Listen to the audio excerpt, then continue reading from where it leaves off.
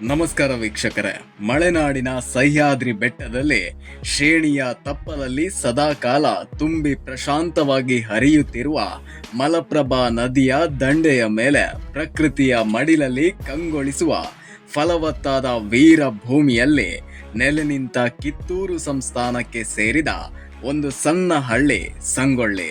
ಈ ಹಳ್ಳಿಯಲ್ಲಿ ವಂಶ ಪಾರಂಪರ್ಯವಾಗಿ ವಾಲಿಕಾರಿಕೆ ವೃತ್ತಿ ಮಾಡುತ್ತಿರುವಂತಹ ಕುರುಬ ಸಮಾಜದ ದೇಶನಿಷ್ಠೆ ಕುಟುಂಬದಲ್ಲಿ ಭರಮಣ್ಣ ಮತ್ತು ಕೆಂಚವ್ವಳ ಮುದ್ದಿನ ಎರಡನೆಯ ಮಗನಾಗಿ ಆಗಸ್ಟ್ 15, 1798ರಂದು ಕ್ರಾಂತಿವೀರ ಸಂಗೊಳ್ಳಿ ರಾಯಣ್ಣ ಜನಿಸುತ್ತಾರೆ. ಮುಚ್ಚು ಬಾಯ್! ತಾಯಿ ಆಸ್ಥಾನಕ್ಕೆ ಬಂದು ತಾಯಿಗೆ ಎಚ್ಚರ ನೀಡೋಷ್ಟು ಸೊಕ್ಕೇನಾ ನಿನ್ಗ? ಇಲ್ಲಿ ಕಟ್ಟಳೆ ಮಾಡೋ ಅಧಿಕಾರದ್ದು ನಮಗ, ನಿಮಗಲ್ಲ. ಸಂಗೊಳ್ಳಿ ರಾಯಣ್ಣನವರ ತಂದೆ ಭರಮಪ್ಪ ಒಮ್ಮೆ ಊರ ಮಂದಿಗೆ ತೊಂದರೆ ಕೊಡುತ್ತಿರುವಂತಹ ಹುಲಿಯನ್ನ ಇರಿದು ಸಾಯಿಸಿ ಮಲ್ಲಸರ್ಜನ ಪ್ರೀತಿಗೆ ಪಾತ್ರರಾಗುತ್ತಾರೆ.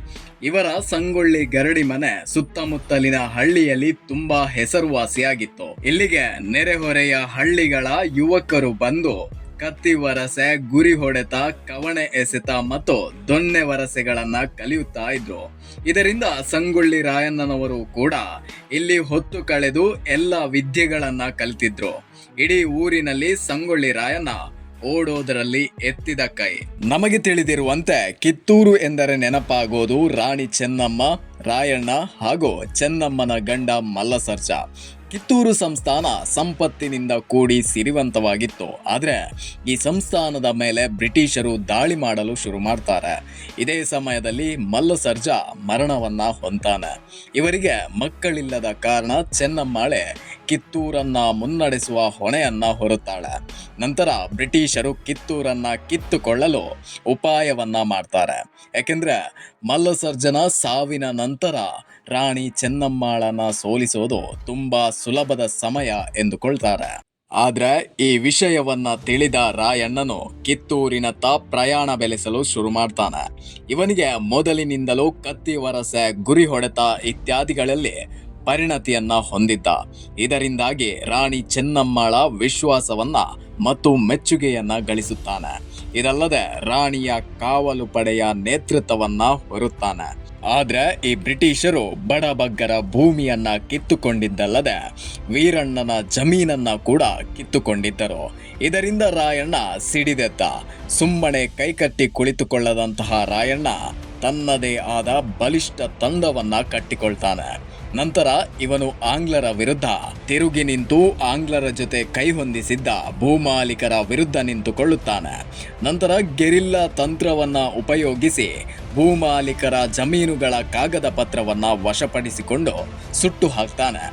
ಅಲ್ಲದೆ ಅವರಿಂದ ಕಿತ್ತುಕೊಂಡ ಹಣವನ್ನ ಬಡವರಿಗೆ ಹಂಚಿಕೊಳ್ತಾನೆ. ಬ್ರಿಟಿಷರು ರಾಣಿ ಚೆನ್ನಮ್ಮಾಳ ಬಳಿ ಕಪ್ಪವನ್ನ ಕೇಳ್ತಾರೆ. ಇದನ್ನ ಕೊಡಲು ನಿರಾಕರಿಸಿದ ಚೆನ್ನಮ್ಮಾಳ ವಿರುದ್ಧ ಅಕ್ಟೋಬರ್ 21, 1824ರಲ್ಲಿ ಕಿತ್ತೂರಿನ ಮೇಲೆ ಆಂಗ್ಲರು ದಂಡೆತ್ತಿ ಬರ್ತಾರೆ. ಆದ್ರೆ ಇದಕ್ಕೆಲ್ಲ ಅಂಜದ ಹೆಣ್ಣು ರಾಣಿ ಚೆನ್ನಮ್ಮ ತನ್ನ ಸೈನ್ಯವನ್ನ ಬ್ರಿಟಿಷರ ಮೇಲೆ ಬಿಡ್ತಾಳೆ.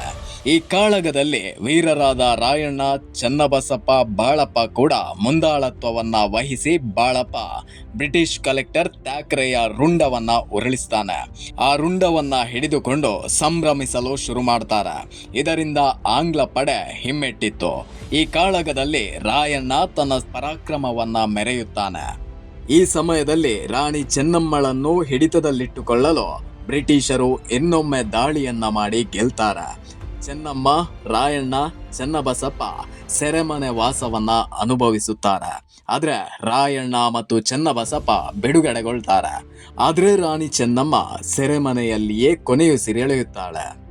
ರಾಯಣ್ಣ ದಿನಗಳೆದಂತೆ ಇವನ ಪರಾಕ್ರಮದಿಂದ ಹೆಸರುವಾಸಿಯಾಗ್ತಾನೆ. ಇದನ್ನ ಕಂಡು ಬ್ರಿಟಿಷರು ರಾಯಣ್ಣನನ್ನ ಮೆಟ್ಟಿ ನಿಲ್ಲಬೇಕೆಂದು ಸಂಚು ಹೂಡುತ್ತಾರೆ.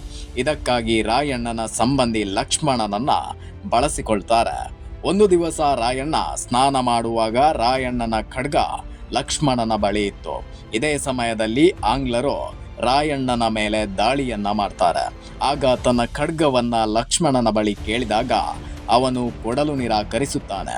ಇದರಿಂದ ವಿಧಿ ಇಲ್ಲದೆ ರಾಯಣ್ಣ ಬ್ರಿಟಿಷರ ಕೈವಶವಾಗುತ್ತಾನೆ. 1881 ಜನವರಿ 26ರಂದು ಬೆಳಗಾವಿ ಜಿಲ್ಲೆಯ ಖಾನಾಪುರದ ತಾಲೂಕಿನ ನಂದಗಡ ಗ್ರಾಮದಲ್ಲಿ ರಾಯಣ್ಣನನ್ನ ಆಲದ ಮರಕ್ಕೆ ನೇಣಿಗೇರಿಸುತ್ತಾರೆ.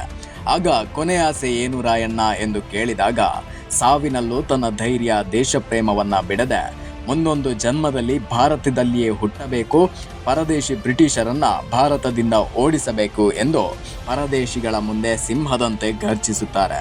ಇವರು ಕೇವಲ 32 ವರ್ಷಕ್ಕೆ ಕೊನೆಯುಸಿರೆಳೆದಿದ್ರು. ಕ್ರಾಂತಿವೀರ ಸಂಗೊಳ್ಳಿ ರಾಯಣ್ಣ ಬಾಲ್ಯದಲ್ಲೂ ವೀರರಾಗಿದ್ದರು, ತನ್ನ ಸಾವಿನಲ್ಲೂ ಕೂಡ ವೀರರಾಗಿಯೇ ಸಾಯುತ್ತಾರೆ. ಜಾಗ ಕೊಟ್ಟ ಜಗತ್ತೇ ನಂದು ಅಂತ ಹೇಳೋ ನಾಯಿಗಳಿಂದ ನಾಶ ಆಗೈತಿ ನಮ್ ಕಿತ್ತೂರು. ಪರಕೀರಂದ ಸಿಕ್ಕಿದ್ದು ನೆಮ್ಮದಿ ಜೀವನ ಅಲ್ರಿ, ಗುಲಾಮರ ಜೀವನ. ಅದಕ್ಕೆ ಬಂಡಾಯ ಮಾಡಿ ನಾ ಸುಲಿಗೆ ಕೋರ ಅಲ್ರಿ, ಸ್ವಾತಂತ್ರ್ಯ ಹೋರಾಟಗಾರ. ನಾ ಸುಲಿಗೆ ಮಾಡಿದ್ದು ನಮ್ ದೇಶದ ಸಂಪತ್ತ ದೋಚೋ ದುಡ್ಡು ನನ್ ಮಕ್ಕಳನ್ನ. ನಾ ಕೊಲೆಗಾರ ಅಲ್ರಿ, ಸಾಮಾನ್ಯ ವಾಲಿಕಾರ. ಆದ್ರ ನಾ ಕೊಂದಿದ್ದು ದೇಶದ್ರೋಹಿಗಳನ್ನ. ತಪ್ಪೆಜ್ಜೆ ಇಟ್ಟು ತಪ್ಪು ಮಾಡಿ ಆ ತಪ್ಪನ ನಮ್ ತಲೆ ಕಟ್ಟಿ ನಮ್ಮನ್ನ ಅಪರಾಧಿಗಳಂತ ಕರಿತೀರಿ. ಕುಂಪಣಿ ಸರ್ಕಾರಕ್ಕೆ ಧಿಕ್ಕಾರ.